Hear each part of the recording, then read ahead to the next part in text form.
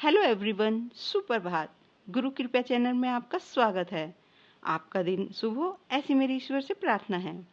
आज का हमारा टॉपिक है ईश्वर का पर्याय है माँ। जी हाँ, माँ से बढ़कर कुछ नहीं, क्या पैसा क्या नाम, चरण छुए और हो गए चारों तीर्थ धाम। आइए चलते हैं टॉपिक की तरफ। जब ईश्वर ने सृष्टि का निर्माण किया तो उसने अनेकों तत्वों का निर्माण किया। उन तत्वों का निर्माण करते समय ईश्वर स्वयं को भी इस बात का भान नहीं होगा कि उसके द्वारा निर्मित तत्व माँ स्वयं उसी का पर्याय बन जाएगा। माँ केवल एक शब्द नहीं है, वरन एक एहसास है, एक खुशबू है। बच्चे के दिल से गुजरने वाली एक ऐसी आहट है जो उसकी जिंदगी को एक नया स्वरूप प्रदान करती है। दुनिया में केवल एक माँ का रिश्ता ही ऐसा होता है जो अपने बच्चों से हजारों मील दूर होने के बावजूद उसके दुख और सुख को उसी प्रकार महसूस करती है जिस प्रकार वह बच्चा स्वयं करता है। उस एहसास को शब्द देने के लिए निदान फाजिल ने कहा है, मैं रोया परदेस में भीगा माँ का प्यार, दुख ने दुख से बात की बिना चिट्ठी बिन तार। क्या बात है। एक माँ ऐसी संवेदना है जिसके हृदय तंत्र पर भावनाओं का संचरण किसी भी अंतर्जाल से भी अधिक तीव्र गति से के साथ हो जाता है।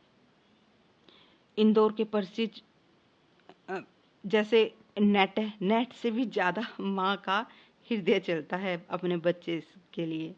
माँ से बढ़कर नहीं रिश्ता कोई, उससे बढ़कर नहीं फरिश्ता कोई। मैंने करवट नींद में बदली थी, मेरी माँ फिर रात भर नहीं सोई। माँ किसी भी बच्चे की बेचैनी के समय उसके कानों के पास सुनाई देने वाली वो थपथपी है जो उसकी समस्त बेचैनियों का हरण करती है और उसको हृदय को आत्मीय शक्ति का एहसास कराती है।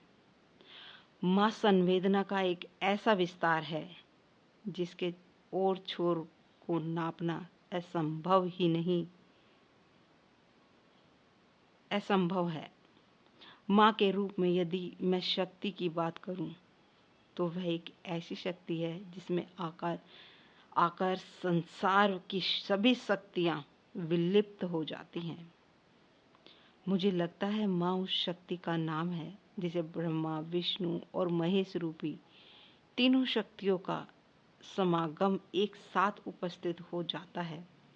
माँ ब्रह्मा है क्योंकि वह सृजन करती है, सृष्टि का निर्माण करने वाली है।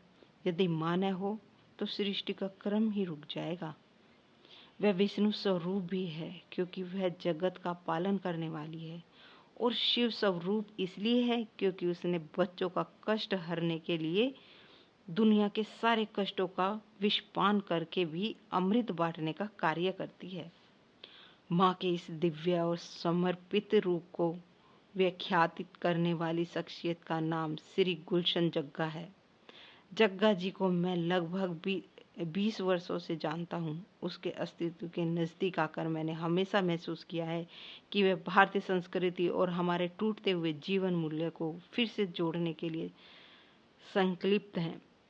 वह जो सोचते हैं उसके क्रियान्वित करने और उसकी सुगंध को वातावरण को पुलकित करना कोई उनसे सीखे। है जिसके पास अपने बड़ों की यादों की दौलत, है जिनके पास अपने बड़ों के यादों की दौलत, सदा रहती है उनके पास औलाद की दौलत। धनी उससे ज्यादा कोई और हो ही नहीं सकता, धनी उससे ज्यादा कोई और हो ही नहीं सकता, है जिनके पास माँ बाप के आशीर्वाद की दौलत। जी हाँ, अब मैं आपसे आगे लेती हूँ। जय माता दी। खुश रहो, स्वस्थ रहो।